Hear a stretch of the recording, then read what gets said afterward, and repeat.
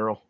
All right. Well, you got your number 3 Bills versus your number 2 Chiefs, and the variance raw score on this is 1 point. So super close game. When you give the Chiefs a couple points for having home field, that gets it up to 3. Vegas has it at 2. So I got the Chiefs at -3. Vegas has them at -2. A little bit more of a difference on that one than the other game. Um, your combined offense, Chiefs are 11, Bills are 5. So Bills have a little bit of advantage on offense. On defense, Chiefs have the advantage at 2, and the Bills are at 15. You add all that together to get a total. You got Chiefs at the lower total, which is better at 13, and Bills at 20. So Chiefs are a little bit higher rated team here, and they're also at home, which is going to be a good advantage. It's real loud there, Arrowhead Stadium. And we can go down and look at some passing offense and passing defense. Chiefs are 15 on passing offense, Bills at 11, pretty close. And passing defense, the Chiefs are 19, the Bills are 20. They're again very close. One of the big differences in this game would be your rushing offense, and the Chiefs are 24, the Bills are 9. So Bills are a better rushing team. But then you flip that over, and the Chiefs have the better rushing defense. So they're at 8, but the Bills are very respectable at 12. So if I look at all these stats, the one difference I'm seeing here is the rushing offense of the Bills is 9. The Chiefs are at 24. So that's a little advantage for the Bills. And on combined defense, the Chiefs are at 2 and the Bills are at 15.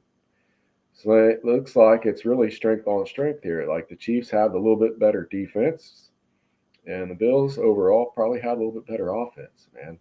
When that raw score is 1.0 after the whole season, I mean, this is a stat that I calculated from 17 games. So you have 17 different data points, and this comes down to 1 point. So this is a close game. Who knows who's going to win?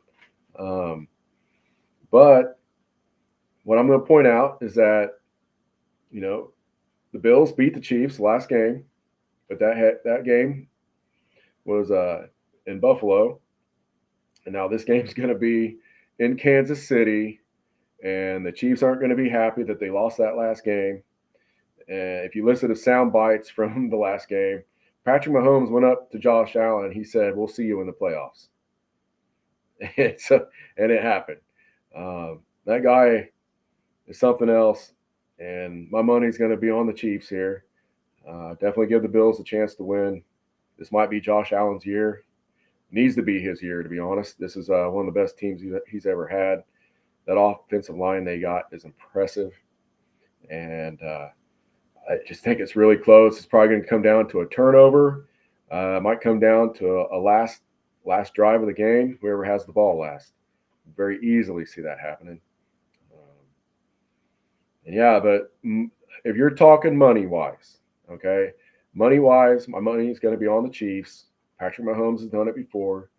He's proven that he's clutch, that he can deal with the pressure, and he's got that mental edge on Josh Allen right now. So until the Bills prove that they can break that, I'm going to put my money on Patrick Mahomes and the Chiefs.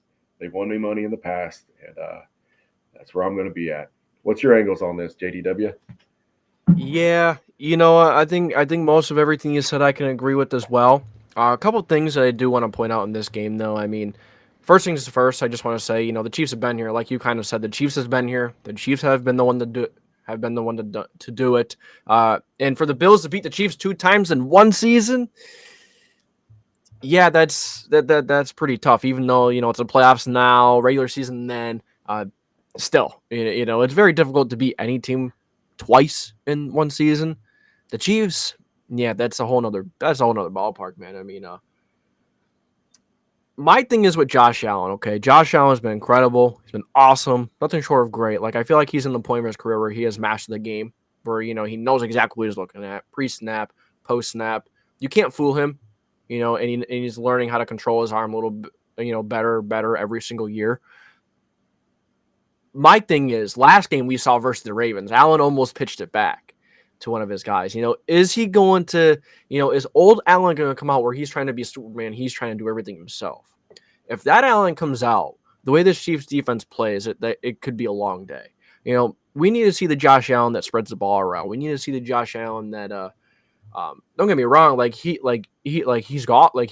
He can run the ball really well. He can run people over, juke people out of their shoes. I mean, and then bomb it 90 yards downfield. But I feel like sometimes Josh Allen gets into his head a little bit, gets into his own head himself, and I'm a little worried that the emotions, man, the emotions in this game they're going to be riding as high as ever for the Bills. Back to the conference championship, back for the rematch. And do the Bills do it? I don't think so. Like, I can't say they will until they prove me otherwise. Like, such a good football team. That offensive line is nasty. Mm-hmm. Yeah, I mean, they have so many weapons that Josh Allen has to choose from, but the emotions are so high. Like, you know what I mean? Like, I don't know how the Bills are going to handle this coming into this game, but the Chiefs have been there. They've done that, and then them having to beat Patrick Mahomes twice in one season. And if it comes down to the last drive or two, I mean, as every playoff game has between these two, I'm taking Mahomes. I'm taking Mahomes because you give Mahomes 4 downs. I mean, you give either of these quarterbacks an extra down because it's that late in the game. They have to score, no other choice. Very difficult to stop, but you give Mahomes 4 downs, man. I mean, it's tough. I just think that the Chiefs, they've been here. They've done it. And until the Bills can prove to me that they can do it, no matter how good they are, like the Bills, I would say they're better than the Chiefs, man. Yep. But could they keep their emotions tame? Could they keep their emotions from going all over the place and that kind of affecting how they're playing the game? Because Josh Allen, you can see, both quarterbacks allow their emotions to get into it, but I feel like Josh Allen allows it to affect his game more than Mahomes, if that makes sense. So I just don't want to see Allen trying to be superhero if he doesn't have to. I want to see Allen spreading that ball around. I don't want to see him doing any wild pitchbacks, and I want to see him doing anything crazy.